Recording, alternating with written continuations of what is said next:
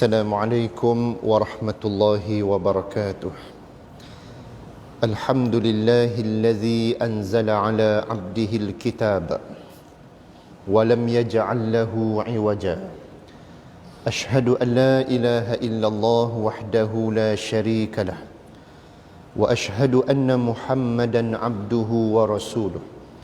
Allahumma salli wa sallim wa barik ala habibina Muhammad wa ala alihi wa ashabihi wa man tabi'ahum bi ihsanin ila yaumiddin, amma ba'd.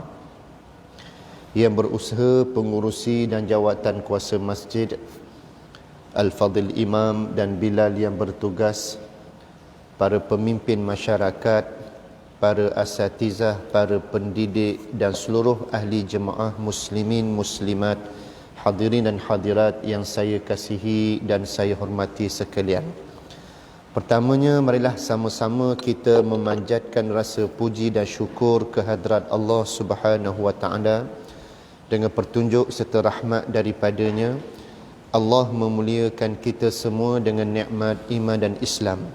Dengan kasih sayangnya kita dipanjangkan usia dan dikurniakan kesihatan yang baik, dan kita sama-sama dapat mendirikan solat subuh secara berjamaah, dan saat ini Allah memilih kita untuk kekal istiqamah bagi kelangsungan majlis ilmu yang merupakan taman-taman syurga, majlis yang amat disukai oleh para malaikat, dan malaikat berdamping serta mendoakan orang-orang yang sedang menuntut ilmu dengan rahmat dan keampunan daripada Allah Subhanahu wa taala. Mudah-mudahan kita semua tergolong di kalangan orang-orang yang tersebut, insya-Allah. Amin ya rabbal alamin. Pada pagi yang berbahagia ini kita akan sambung kembali pengajian tafsir kita, iaitulah masih kita dalam surah Al-Baqarah ayat yang ke-220. A'udzu billahi minasyaitonir rajim. Bismillahirrahmanirrahim.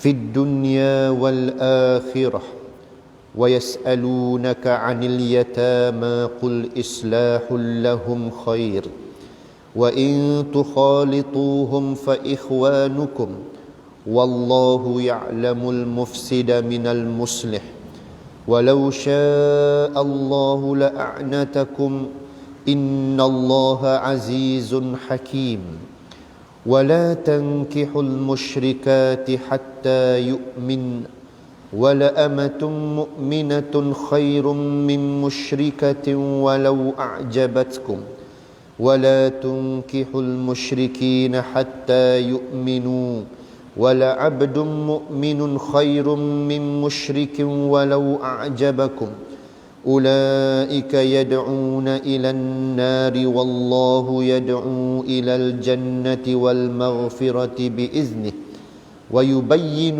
آياته للناس لعلهم يتذكرون. Maksudnya, mengenai urusan-urusan kamu di dunia dan di akhirat. Dan mereka bertanya lagi kepadamu, wahai Muhammad sallallahu alaihi wasallam, mengenai masalah anak-anak yatim. Katakanlah, memperbaiki keadaan anak-anak yatim itu amatlah baiknya. Dan jika kamu bercampur gaul dengan mereka, maka tidak ada salahnya, kerana mereka itu ialah saudara-saudara kamu yang seagama. Dan Allah mengetahui akan orang yang merosakkan harta benda mereka daripada orang yang hendak memperbaikinya. Dan jika Allah menghendaki, tentulah ia memberatkan kamu dengan mengharamkan, yakni mencampur gaulkan dengan mereka. Sesungguhnya Allah Maha berkuasa lagi Maha bijaksana. Dan janganlah kamu berkahwin dengan perempuan-perempuan kafir musyrik sebelum mereka beriman, yakni memeluk agama Islam. Dan sesungguhnya seorang hamba perempuan yang beriman itu lebih baik daripada perempuan kafir musyrik, sekalipun keadaannya menarik hati kamu. Dan janganlah kamu kahwinkan perempuan-perempuan Islam dengan lelaki-lelaki kafir musyrik sebelum mereka beriman, yakni memeluk agama Islam. Sesungguhnya seseorang hamba lelaki yang beriman lebih baik daripada seorang lelaki kafir musyrik, sekalipun keadaannya menarik hati kamu. Yang demikian ialah kerana orang-orang kafir itu mengajak ke neraka, sedang Allah mengajak ke syurga dan memberi keampunan dengan izinnya. Dan Allah menjelaskan ayat-ayat keterangan-keterangan hukumnya kepada umat manusia supaya mereka dapat mengambil pengajaran daripadanya. Surah Al-Baqarah ayat 220 hingga ayat 221. Setelah kita baca pada ayat yang lalu, Allah Subhanahu wa Ta'ala telah pun menceritakan bagaimana sistem kehidupan kita orang Islam yang dipandu oleh Allah Subhanahu wa Ta'ala dengan sistem yang sempurna. Erti kata lain, dengan polisi kehidupan ataupun SOP kehidupan yang membawa kepada jaminan ataupun yang membawa kepada kesejahteraan. Sehinggalah pada ayat yang lalu bagaimana kita bicarakan mengenai hukum pengharaman arak yang bersifat melindungi dan menjaga kalangan umat Islam daripada hilangnya nilai moral ataupun hilangnya nilai jati diri dalam kehidupan mereka. Kerana dengan kehidupan yang dibelenggu oleh mabuk ataupun hilang rasionalnya akal untuk berfikir, maka manusia akan bertindak dengan lebih mirip kepada sifat kehaiwanan, sifat kebinatangan. Seperti mana kita sedia maklum, orang yang mabuk dia tak sedar diri dah.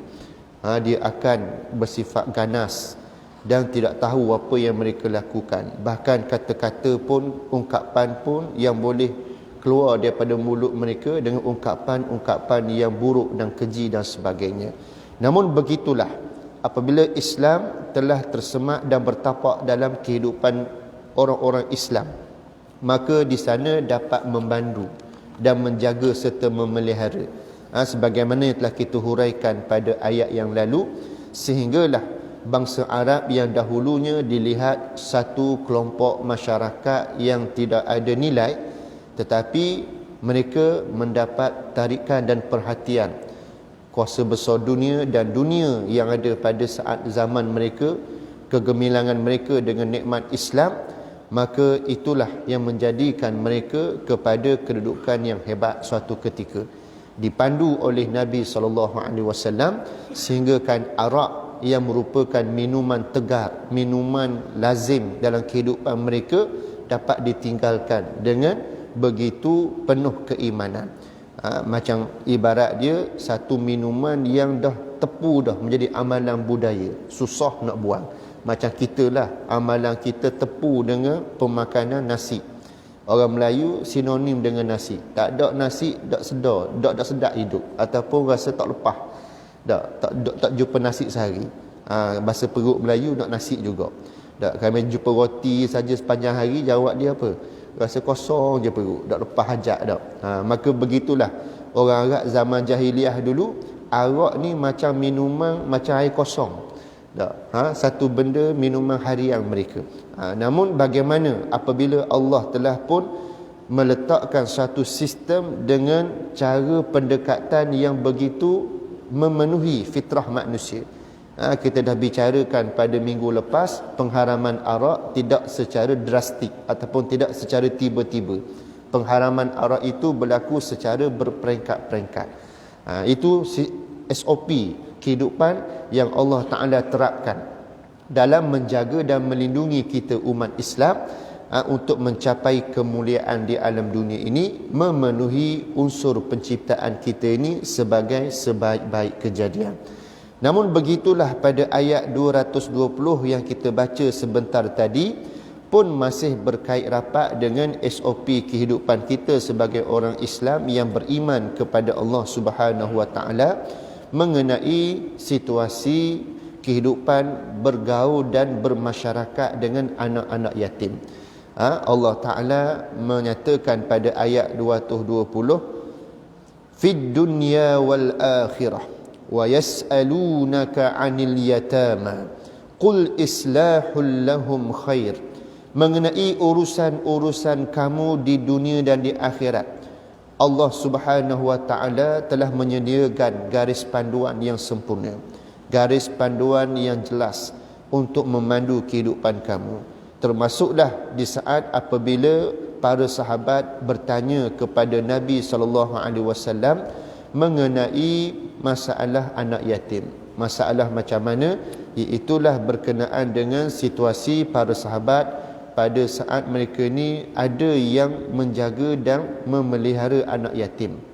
Lalu dalam keadaan menjaga dan memelihara anak yatim ini, ada di kalangan sahabat ini yang memang cermat nak jaga diri mereka daripada apa dia? Daripada terjebak kepada pengambilan harta anak yatim. Mereka takut.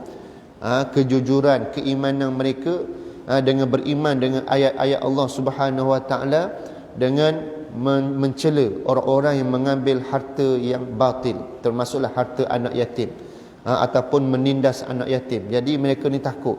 Sebab di kalangan sahabat ni ada yang tolong bela anak yatim. Kenapa? Sebab di kalangan sahabat ada yang mati syahid ketika berperang, ketika berjihad. Namun di kalangan sahabat lain ada yang jaga anak yatim, jaga anak-anak sahabat mereka, bahkan bergaul ataupun duduk bersama dengan mereka. Namun di kalangan sahabat ni dalam keadaan menjaga dan memelihara anak yatim ni, mereka mai terfikir, takut-takut tersalah makan harta anak yatim. Takut-takut tersalah. Ini tengok nilai yang hebat yang ada pada generasi awal umat Islam di kalangan sahabat. Mereka cukup cermat dalam kehidupan mereka, takut tersalah ambil perkara yang tak betul. Maka bila ambil perkara yang tak betul ni, yang haram ni, dia jadi darah daging. Bila jadi darah daging, maknanya Nabi pernah mencela dengan memberi amaran, ayyul lahmin nabata minal haram fannaru awla bih. Mana-mana daging yang tumbuh, yang hasil ataupun yang membesar daripada sumber yang haram, nerakalah yang terutama bagi mereka. Maknanya jika manusia kita ni terambil ataupun mengambil daripada sumber yang haram, sama ada daripada hasil perbelanjaan yang haram maupun zat makanan itu sendiri yang haram, maka bila tumbuh jadi darah daging, maka Nabi kata apa? Nerakalah yang terutama bagi mereka. Sebab itulah kita cukup jaga dalam bab pengambilan kehidupan kita ni daripada sumber yang halal. Sama ada yang bersifat harta yang membeli untuk dijadikan manfaat, ataupun zat seperti makanan tu sendiri mesti diambil daripada yang halal. Ni kalau main tidak ada kejujuran, tidak ada sifat amanah, jawab dia apa? Berlaku penipuan. Tak? Macam kita lah baru ni dikejutkan dengan kartel daging. Tak? Terkejut kita main campur daging hak halal dengan daging hak haram ni. Tak? Sehingga fakta ada, bukan fakta, saya tak pasti fakta ni betul ke tidak, didakwakan bahawa 40 tahun dalam situasi demikian. Tapi mutakhir ni katanya ada yang mengatakan tak sampai 40 tahun. Tak. Walau bagaimanapun siapa tak sampai 40 tahun, dosa kata 40 tahun sehari pun tak boleh. Sehari pun tak boleh. Kalau kita mengambil benda yang haram ni, satu saat pun tak boleh. Dosa kata 40 tahun, dosa kata satu hari, satu saat pun tak boleh. Maka di sini dah dititik beratkan mengenai pengambilan sumber yang halal. Namun sebab itulah para sahabat ni, iman mereka ni begitu tinggi, begitu hebat, sehingga mereka dalam keadaan jaga anak yatim, walaupun mereka ni tidak ambil pun harta anak yatim, mereka jaga, tapi mereka takut. Sampai tahap apa? Yas'alunaka 'anil yatama. Mereka bertanya kepadamu wahai Muhammad, bagaimana kaedah pengurusan harta anak yatim ni? Pengurusan nak jaga anak yatim ni. Sebab apa? Sebab Nabi pernah bersabda, kedudukan Nabi dengan anak yatim ni apa dia? Sebagai sabda baginda, orang yang menanggung anak yatim miliknya atau milik orang lain, aku dan dia seperti dua ini. Nabi mengisyaratkan Nabi dengan anak yatim ni rapat dengan jari telunjuk dengan jari apa panggil ni? Jari atu. Bukan. Jari atu tak maknanya. Gini rapat. Nabi dengan anak yatim. Maknanya kalau ada orang khianat pada anak yatim, maknanya khianat pada Nabi lah. Itu maksud dia. Itu maksud daripada Nabi SAW dalam memberi apa dia? Keutamaan kedudukan anak yatim itu sendiri. Bahkan ada hadis yang menyebut berkenaan dengan menyantuni anak yatim ni besar pahala dia, boleh masuk syurga. Sebab itulah dalam bab anak yatim ni para sahabat ni cukup merebut peluang tersebut. Dan begitu ada hadis yang menyebut lagi berkenaan dengan daripada Abdullah bin Abbas radhiyallahu anhuma. Beliau berkata Rasulullah sallallahu alaihi wasallam bersabda, barang siapa yang mengurus 3 anak yatim, maka dia ibarat orang yang melakukan qiyamul lail pada malam harinya. Besar fadilat ni jaga anak yatim. Fadilat yang pertama iaitulah macam dia melakukan qiyamul lail. Ibadat yang berat nak buat qiyamul lail ni. Tama-tama musim hujan sejuk berangi ni sedap tidurlah kita manusia ni. Tapi qiyamul lail ni satu ibadat yang besar pahala dia. Maka dia ibarat fadilat bila jaga anak yatim ni, itulah fadilat. Yang pertama seperti qiyamul lail. Yang kedua ibarat dia fadilatnya seperti berpuasa pada siang hari. Ini semua ibadat yang sukar untuk dijadikan suatu amalan yang istiqamah. Kalau yang puasa wajib bulan Ramadan tu tak ada masalah, hak tu fardu semua orang buat belaka.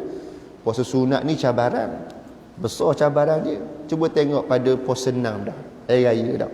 Nak berhabis 6 hari tu bukan senang. Main jamuan orang kita kuat makan ni. Sikit-sikit open house, sikit-sikit open house. Open house sampai rapat G.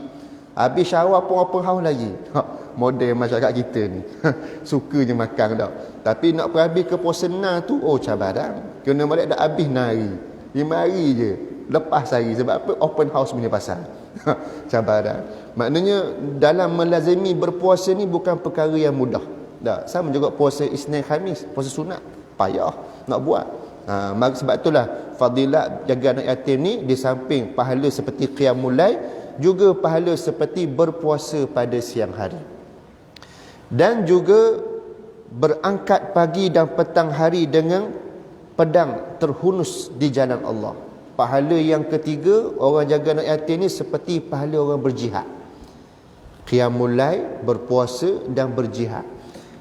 Ibarat dia situasi Nabi gambarkan, pedang dia terhunus daripada pagi sampai petang. Maknanya apa? Pagi petang tu dia dalam kadang di medan jihad. Besar pahala jaga anak yatim ni. Maka sebab itulah ini bila orang faham akan fadilat ini, berebut-rebut buat institusi rumah anak yatim, jaga anak yatim, pelihara anak yatim dan sebagainya. Aku dan dia berada di syurga seperti 2 saudara, sebagaimana 2 ini. Nabi ibaratkan isyarat ini 2 keadaan Nabi dengan anak yatim. Dan baginda menempelkan 2 jari baginda, itulah jari telunjuk dan jari tengah. Ini hadis riwayat Ibnu Majah. Maka di sini menunjukkan kelebihan dalam menjaga anak yatim. Sebab tu para sahabat ni berebut jaga anak yatim. Tapi pada masa berebut ni ada muskil dalam diri mereka ni apa? Takut tersalah makan harta anak yatim. Takut tersalah makan harta anak yatim. Maka bila timbullah perasaan yang demikian, lalu mereka ini terus bertanya Nabi SAW. Sebab ada satu riwayat mengaitkan sahabat bila mana mereka ni teliti sangat jaga ni siapa buat dapur suku. Sebab nuzul ayat ni mengaitkan dengan seorang sahabat, dia cerita ke Nabi masalah dia mai timbul takut termakan harta anak yatim ni, sampai dia masak makanan ni asing-asing. Dapur untuk anak yatim suku, dapur untuk keluarga dia suku, takut campur. Sampai tahap begitu. Sehingga akhirnya Allah Ta'ala menurunkan ayat daripada ayat yang kita baca ini. Dengan Allah Ta'ala memberi jalan keluar dengan mengatakan apa dia? Qul islahul lahum khair. Katakanlah memperbaiki keadaan anak-anak yatim itu amatlah baiknya. Macam mana maksud dia? Dinyatakan pada huraian nota kaki kitab tafsir Pimpinan Ar-Rahman ini, memperbaikkan keadaan anak yatim itu maksudnya ialah mendidik dan menguruskan hartanya dan perbelanjaannya sebagaimana yang ditetapkan oleh syarak. Contohnya macam mana? Kalau harta anak yatim itu contoh anak yatim tu dia daripada anak orang yang berharta. Tak, tapi sudah kematian ayahnya, kematian bapanya. Jadi hartanya itu diurus oleh penjaga amanah dia. Tak, maka sahabat ni ada yang berperanan sebagai penjaga amanah harta anak yatim tadi. Jadi di situlah berlakunya sahabat debar, takut apa, termakan harta anak yatim sebab tiwak dapur suku. Tak, sehingga itulah termasuk dalam Allah menyatakan uruskanlah, perbaikkanlah keadaan anak yatim itu mengikut apa yang telah pun digariskan oleh syarak. Termasuklah keadaan boleh nak ambil manfaat daripada harta anak yatim itu kadar-kadar yang memerlukan saja. Contohnya kalau untuk masak sekali makan walaupun dengan harta dia, maka boleh, harus. Sampai tahap tu Allah Ta'ala nak menggalakkan supaya kita jaga anak yatim dan kita boleh ambil makan sekali dengan apa yang dia orang makan. Bahkan duit mereka sendiri pun tak apa, sekadar-kadarnya untuk keperluan kita saja sebagai penjaga dia. Contoh kalau dia makan sepinggan, kita mau makan sepinggan juga lah nasi. Tak, jangan dia bahas sepinggan, kita bahas 3-4 pinggang. Itu dah panggil salah guna. Tu kita ambil contoh yang mudah lah maknanya. Contoh kalau dia keperluan asas dia, pakaian dia dan sebagainya, maka tiba-tiba pun kita pun ambil juga mengikut kepada apa dia, mengikut kepada keperluan kita. Sebagaimana contoh kalau kita orang yang tidak ada kemampuan, sebab ada orang yang jaga anak yatim ni dia tidak berkemampuan tapi keinginan dia jaga tu ada, kesudian dia tu jaga ada, ataupun komitmen dia tu tinggi untuk ikhlas menjaga anak yatim, tapi kadang-kadang susah. Dia susah juga, tak ada keperluan, tidak ada sumber, maka dia boleh mengambil manfaat daripada harta itu sekadar keperluan asas sahaja. Tak boleh lebih pada tu. Lebih pada tu boleh jatuh kepada salah guna harta anak yatim. Dan juga merangkumi menguruskannya dengan baik juga ialah dengan boleh buat satu alternatif pelaburan dan perniagaan untuk harta anak yatim itu bercambah ataupun mendapat laba untung dalam memberi masa depan kehidupannya itu lebih baik. Contoh dia ada mewarisi harta pusaka arwah ayahnya itu barangkali mungkin 500,000. Maka si penjaga anak yatim itu sebagai pemegang amanah, dia boleh untuk melaburkan harta tadi dengan untuk memberi lebih keuntungan kepada harta anak yatim itu bagi masa depannya yang lebih terjamin. Tak salah, boleh. Maknanya kalau jatuh rugi itu, benda tu bukan dalam urusan dia. Cuma nak kena cermat lah, nak kena bijaksana lah dalam menguruskan tu. Kalau kita orang yang tak pandai dalam bab nak melabur, nak urus selia harta dengan berniaga tadi, tiba-tiba kita tak pandai, kita buat pandai-pandai. Kita bukan ahli, kita pun membelanjakan harta dengan cara yang kita orang agak-agak saja. Itu bahaya. Itu boleh jatuh kita ni berdosa pula. Sebab apa? Kita bukan ahli untuk menguruskannya dengan baik. Tahu dah kita berisiko, tebang juga buat. Itu tak boleh lah.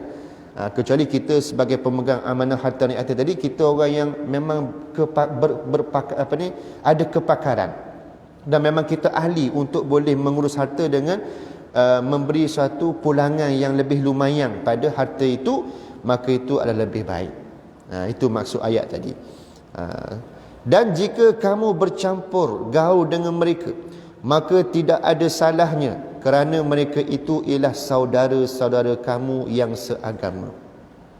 Dihuraikan pada nota kaki maksud saudara seagama itu bagaimana, bercampur gaul tu macam mana, yakni tidak ada salahnya jika kamu campur gaulkan perbelanjaan makan minum kamu dengan perbelanjaan makan minum anak-anak yatim yang kamu urus itu.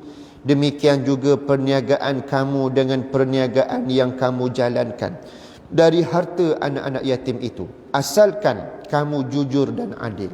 Allah ikat sini, kita kena jujur dan adil. Maknanya jujur dan adil ni hanya kita saja yang kenal diri kita. Tak, kita saja yang tahu ukur diri kita tu. Sebab itulah di sini peranan takwa dalam kehidupan kita. Tak, orang nak tipu mudah sangat. Tak, tapi di sini pentingnya kekuatan takwa. Sama juga puasa ni difardukan kepada kita sebab apa? Nak memupuk dan membina nilai takwa. Tak, sebab puasa ni Allah saja yang Maha mengetahui akan kedudukan kita dalam melaksanakannya. Kita boleh tipu orang buat berlakon lembek dok rok depan orang lapar dok. Padahal abang nasi buku dah sebuku dok, belakang tabir ataupun dalam bilik. Sedawa bau kari lagi dok contoh. Tapi depan orang berlakon relax dok rok je dok. Mana boleh berlakon gitu. Sama juga dengan harta anak yatim tadi. Boleh orang tak nampak pun kalau kata menyeleweng daripada harta itu. Tapi di sini perlu kepada apa? Kejujuran dalam diri kita. Maka bila jujur di sini diikat kepada atas individu yang jaga harta anak yatim tadi. Supaya apa dia? Bersikap jujur dan adil. Supaya anak yatim tadi tidak ditindas. Tidak dianiaya. Sebab dalam surah An-Nisa ada menyebut bagaimana jika berlakunya sesuatu penindasan daripada memakan harta anak yatim tadi, Allah Ta'ala kata pada dia, sesungguhnya orang-orang yang memakan harta anak yatim secara zalim, sebenarnya mereka menelan api sepenuh perutnya, api neraka, menelan api neraka sepenuh perutnya, dan mereka akan masuk ke dalam api neraka yang menyala-nyala. Ini dalam surah An-Nisa ayat yang ke-10, dalam memberi ancaman kepada sesiapa yang memakan harta anak yatim, yang memakan harta secara batil.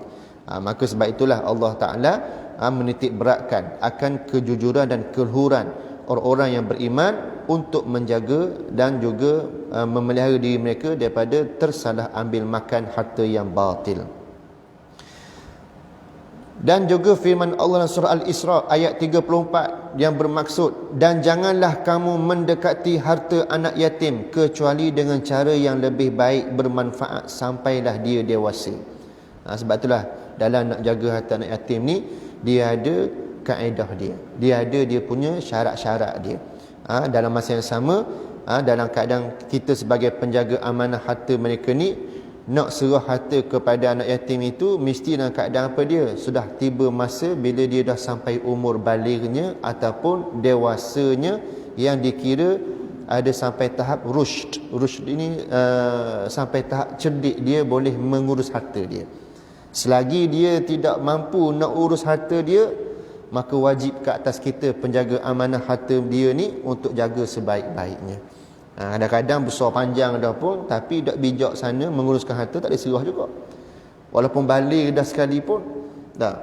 Contoh dia dah balik dah anak yatim tadi, tapi sebab pembentukan zaman hidup dia waktu dia dengan arwah ayah dia tu tak dididik dari sudut kehidupan yang sebaiknya, seperti pendidikan agama, pendidikan mengenai pengurusan hartanya, maka dia masih lagi dalam keadaan tak matang.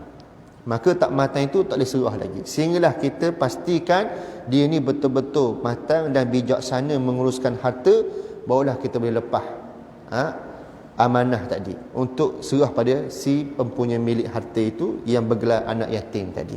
Tapi selagi mana walaupun besar panjang tapi tak pandai nak urus, mungkin dia dah hanyut dengan kehidupan sosial dia, kehidupan alam remaja dia, hanyut dengan kehidupan yang bermewah-mewahan, berbelanja boros dan sebagainya, walaupun dia umur 30 tahun sekalipun, maka tak boleh serah. Sebagai pemilik pemegang harta, dia kena jujur dalam bab ini. Main kalau serah, kadang-kadang manusia ni dia dah jenis basuh kaki boros 20,000 boleh habis 2-3 hari. Tak ada. Jangan main. Dia dah mari main buat hanyut, dia punya naik seh dia nak belanja, 20,000 sekejap je. Saya pernah ada pengalaman jaga seorang budak anak orang kaya masa belajar dulu di Yaman dulu. Mak dia kirimkan duit 10k ke dia ni untuk orang kata apa perbelanjaan dia ni, orang kaya untuk lebih kurang 3 bulan dah 10k tu. 10k 3 bulan, masya-Allah dah. Bila dia dah pada peringkat awal silap percaturan tu, dia serah direct pada anak dia, tak pandai urus harta. Habis seminggu 10k. Apa benda kebeli tak tahu. Dahsyat kata, dahsyat. Bila kita tahu hal itu, barulah kita beritahu pada mak dia tadi, barulah mak dia terkejut dah.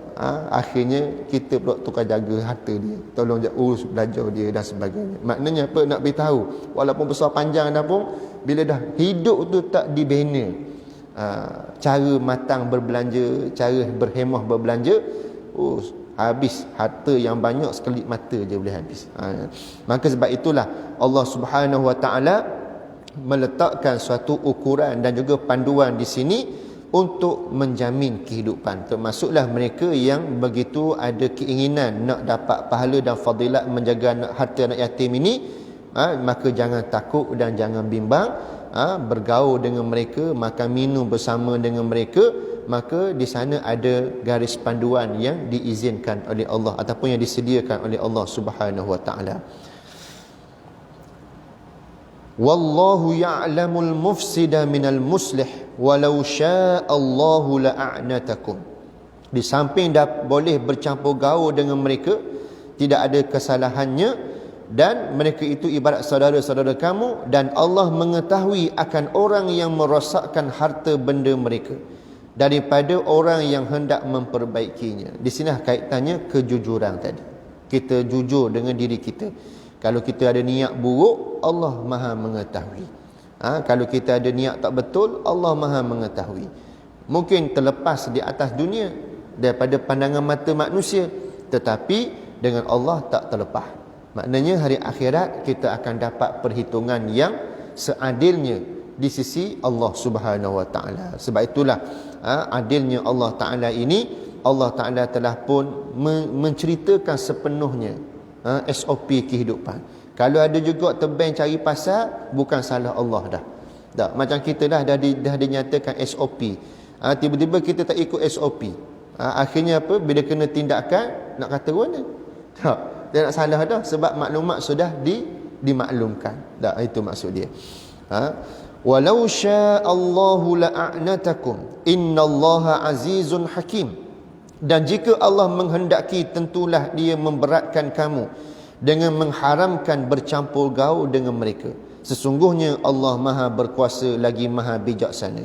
Allah Ta'ala dalam menyatakan sifatnya yang memenuhi keperluan hamba-hambanya, maka kalaulah salah untuk bercampur gaul dengan anak yatim dan makan sekali dengan anak yatim bersama dengan hartanya berpada-pada tadi, kalau itu merupakan satu perkara yang diharamkan Allah, maka sudah lama Allah Ta'ala mengharamkannya, ataupun Allah melarang daripada kamu melakukannya. Tapi sebaliknya Allah menggalakkan lagi supaya apa dia?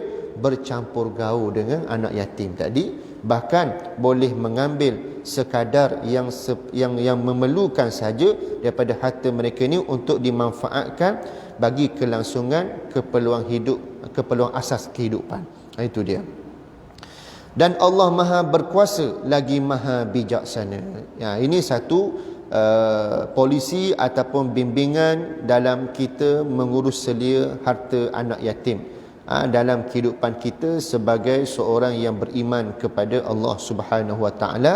Di samping menjadi suatu gambaran Islam itu agama yang begitu lengkap dan sempurna, yang memandu kehidupan kita ini dengan sebaik-baik kehidupan ataupun dengan sebaik-baik jalan yang membawa kepada kesejahteraan, yang membawa kepada keharmonian hidup kita di alam dunia ini.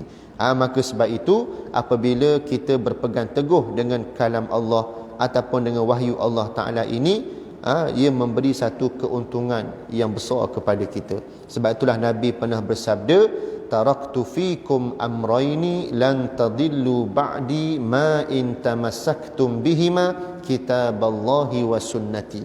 Telah aku tinggalkan kepada kamu dua perkara. Selagi kamu berpegang akan dua perkara ini, kamu tidak akan sesat selama-lamanya.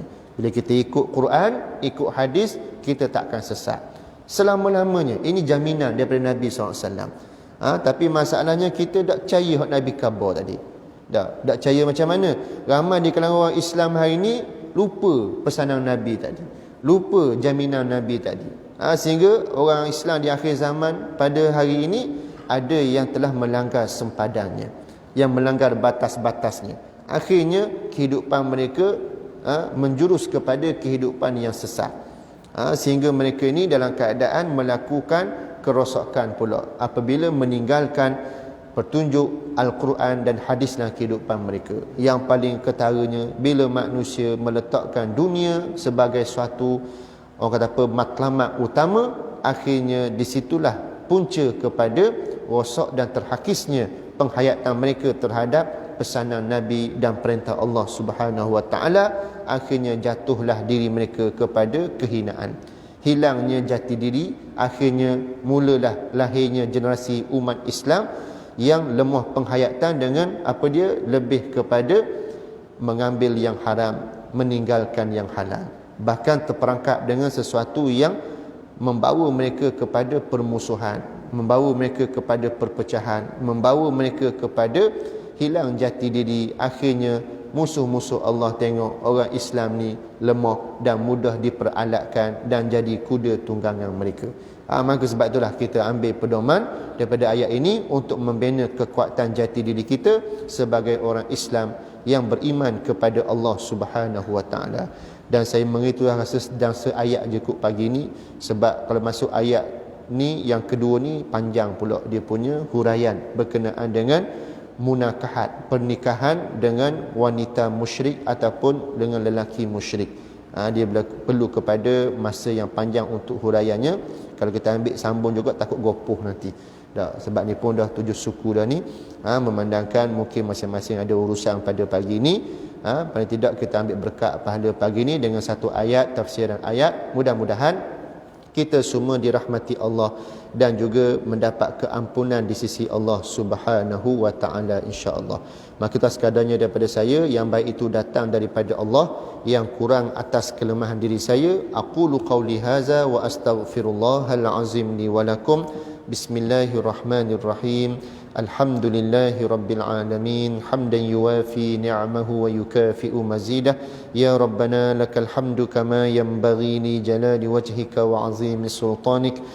Allahumma inna na'udzu bika min ilmin la yanfa' wa min qalbin la yakhsha' wa min nafsin la tashba' wa min du'a'in la yusma'. Ya Allah, kami berlindung denganmu daripada ilmu yang tidak bermanfaat. Kami berlindung denganmu ya Allah daripada hati yang tidak khusyuk. Kami berlindung denganmu ya Allah daripada nafsu yang tak pernah puas dengan nikmat duniamu. Dan kami berlindung denganmu ya Allah daripada doa yang tidak didengari olehmu ya Allah. Rabbana atina fid dunya hasanah wa fil akhirati hasanatan wa qina azabannar. Wa sallallahu ala Muhammadin wa ala alihi wa sahbihi wa baraka wa sallam. Walhamdulillahi rabbil alamin. Taqabbalallahu minkum.